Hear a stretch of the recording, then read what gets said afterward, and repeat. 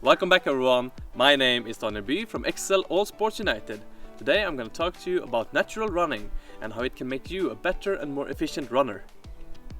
So, what is natural running, or barefoot running that people like to call it? Where did this idea come from and why did people all of a sudden start talking about it? Well, in 2009, American author Chris MacDougall released a little book called Born to Run. This book would come to revolutionize the way runners and shoe manufacturers alike think about running. Now, I won't give you a full review of the book, but some of MacDougall's beliefs are: he believes we do not need cushioned running shoes. He believes that running technique is the most important thing when running, and that less is more. Running is not dangerous, we're built and born to run. See, I think it's important to take everything that you read with a grain of salt.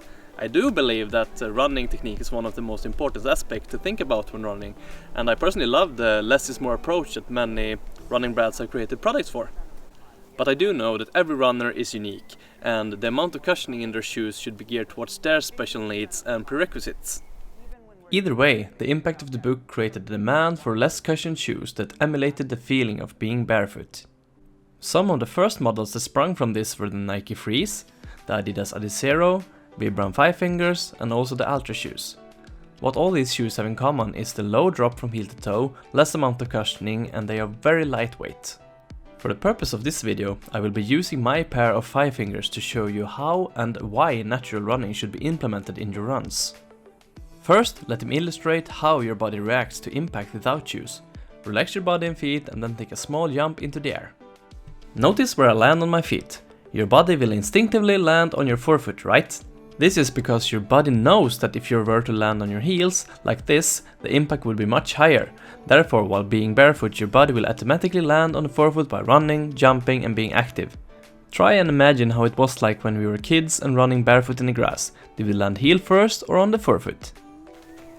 Now, the reason why a forefoot landing is gentler is because we land with a bent, flexible knee that will land underneath our body, and this will also help the body and the calf muscle to absorb the impact.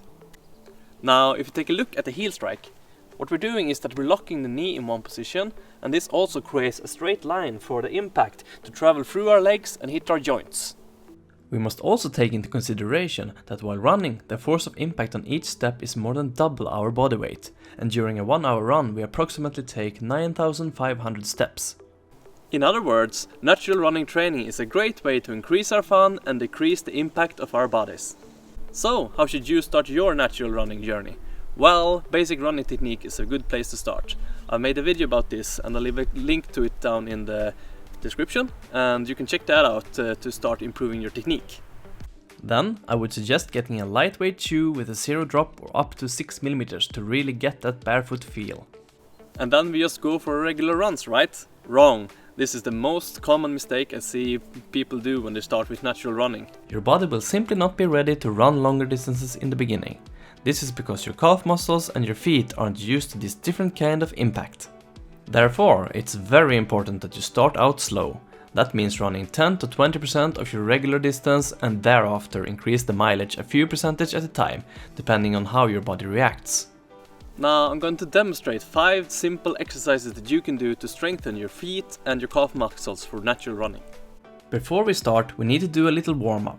Lift your foot and paint the alphabet in the air using your big toe as a marker. Go through the alphabet 1 to 2 times with each foot. Next up is towel crunch. Put the towel on the floor and try to pull it towards you using your toes. Do this 3 sets of 10. Now it's time for some deep squats on the forefoot. Squat all the way down on the forefoot and hold it there for about 30 seconds. Avoid rolling back on your heels. To strengthen our inverters, put a band around your forefoot and internally invert your foot towards your body. Do this 3 sets of 10. Let's move on to our everters. Basically the same thing as the last exercise, only this time we're moving the foot towards the outside of the body. Do this 3 sets of 10. And lastly we have balance training. Start off by balancing on one foot for 1 minute.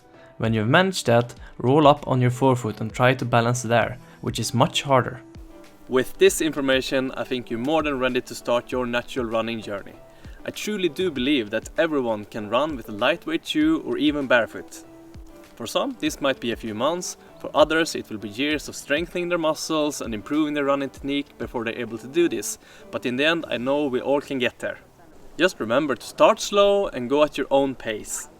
Thank you so much for watching everyone. Until next time, see ya!